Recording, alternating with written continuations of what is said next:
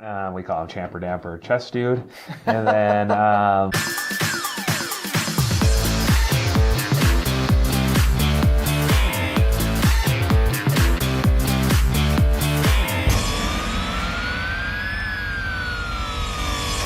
Hello and welcome to the Teaming Up Show, your resource to the future of real estate. I'm Josh Pomerlow. This is Jay Champ, Josh Champ, Champer Damper Chess Dude. You got it. That's his chess. If you have a chess app on your phone, that's his chess name. Champer Damper Chess Dude. Yep. Bring it on. Let's get right into it. So we're going to talk about what are the Champ is I wouldn't say newer agent. You've been in real estate for over 3 years now, and I've been in it for 11. So I went through this 7, 8, 9, 10 years ago, and you've gone through it. But we're going to talk about what are the 4 struggles for new to newer real estate agents. And what they have. So great thing to talk about. So obviously, when I first started out, I thought I was the king of the world and I could do it on my own. And you are kind of the king of the world. No, not at all. Now he's the king. No, not at all. But I quickly realized that being young and trying to be in real estate, I had a big obstacle to overcome, and that was, how do I find people to do business with? How old were you when you first got in? 26? 24, 25, 26. Okay. I forget. Okay. No. How old are you really? 24? When you first got your license? 25, I think. Okay. 24 when I got my license, 25, 26 when I joined the team. So, okay, great. Right around there. Great. And so, I struggled with people to, find to work with. I didn't have a ton of people in my sphere, and so I just didn't know where to go. I kind of found the Pomerlow team by dumb luck, I call it. And, when I was presented with the opportunity, it was just, I didn't really focus on what my split was going to be. It was more about what the opportunity was, because they had a solution to my problem, and that was lead generation, and it really opened the door to my success in real estate. Well, I think, obviously I think that's one of the biggest things.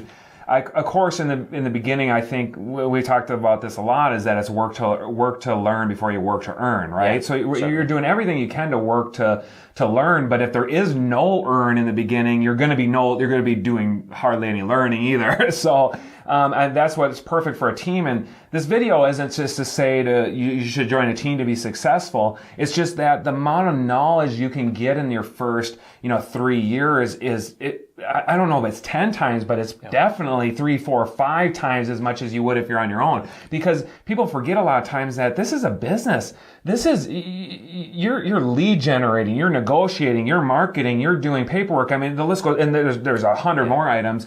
And how can you be so good? How could you be good at all of them? You're going to be, if you're new and you don't know, you've never sold a home before, you never even owned a home before. Right. How are you going to sell enough to support yourself? Yeah, you bring up a great point talking about how valuable it is. And honestly, in my opinion, it's invaluable. When you're first starting out, it's all about gaining knowledge and gaining experience and getting through transactions and having someone that's there to guide you. So whether that's a mentor or be a part of a team or, your coach at your brokerage, whatever it is, it's incredibly important. I mean, when I came onto the team, I literally had no clue what it was to be an agent and how that worked. I came in with just my knowledge of what I learned in the classes. Yep. And that's what you said when you said mentor and you said coach, and I like that it kind of goes away from the team, because I think a team brings all that.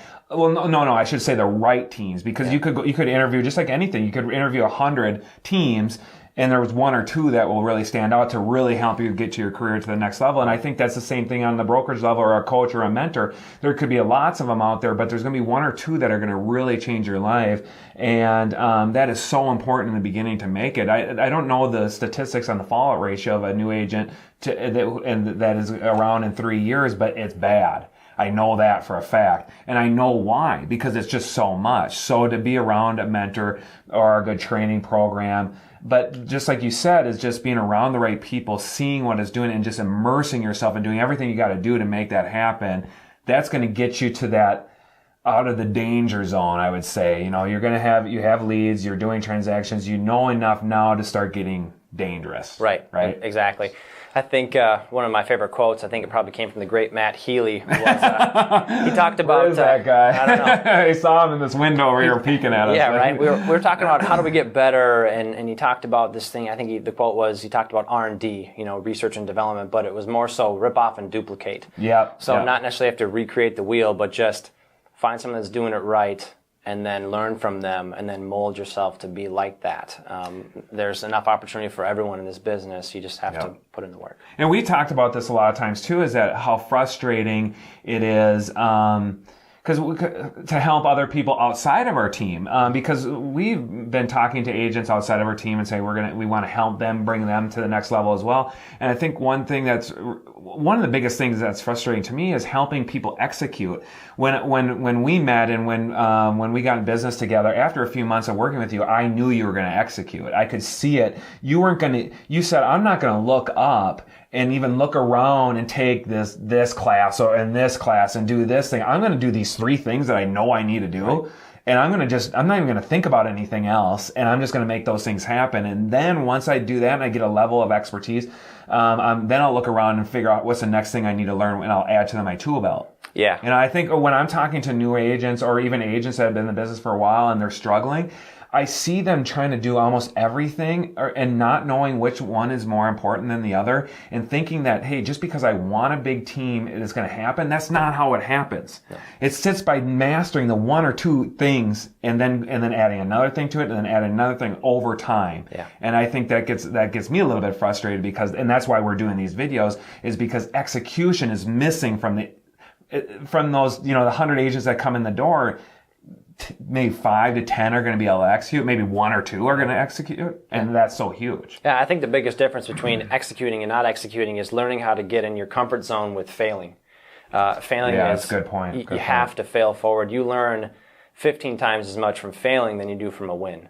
Yeah. When someone tells you what you did wrong and why you lost their business, it's your responsibility to learn from that, and you go to the next one and you make sure you don't do that again, and you find yourself with more opportunity tomorrow than you had today. That's a really good point, because we had email exchange even this morning that we're talking about a lead source that we got through. Mm-hmm. And our lead source, I'm not going to go too deep into it because we can talk about that in another episode, but our lead source, we had some kind of things just kind of unorganized with the lead source, right? And I just think that, well, we're just going to fail because we need to fail forward faster to get to where we want to go, right? Right. So, and that's another prime example of we're throwing a lot at the wall, trying to figure out what works, get the one thing, and then bring that into our repertoire, and then keep going, and then adding the next thing. So another thing that you talked about, like 4 struggles of a real estate agent is, I hear a lot of people that get into real estate and they say, well, in real estate, you have to work all the time. And I think in the beginning you do. And I think in the beginning you did. Right? Absolutely. I mean, anyone, obviously, I think there's basically a meter you have to fill up to get your experience and to be a knowledgeable professional.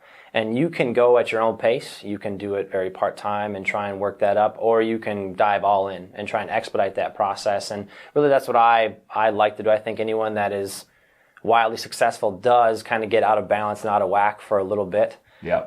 And they dive all in and they really immerse themselves in one thing and become an expert in that, and then take a step back and learn, okay, now that I know a little bit about the business, how can I balance my personal life with my work life and get back in tune? Yeah, and I think creating that, exactly. Once you create that out of balance, it's like a teeter-totter almost, like it creates the other side. So your expertise, and people want to do business with you, people refer you, you just have met more people, you've just done more things, you just know more. And so the teeter-totter, it gets where all of a sudden that you provide so much value that people are going to come back to you, and then you can kind of balance back out to where you don't need to be engaged 24/7 to be able to get more business and to be valuable. And actually, you're going to find that you go the other way and you're going to be even more valuable, and people are going to want you by fighting back a little bit. But I think people get so overwhelmed at the thought that they're going to have to do that forever. And I think if you just do one thing at a time and you build it right, you'll get out of balance, but you'll be able to get right. You'll be able to get back in balance the farther you go out of balance in the beginning. Right. Versus if you kind of just maintain, you're never going to do something really huge versus if you just go all in and it gets out of balance for 6 months to a year to 2 years, then you can create something.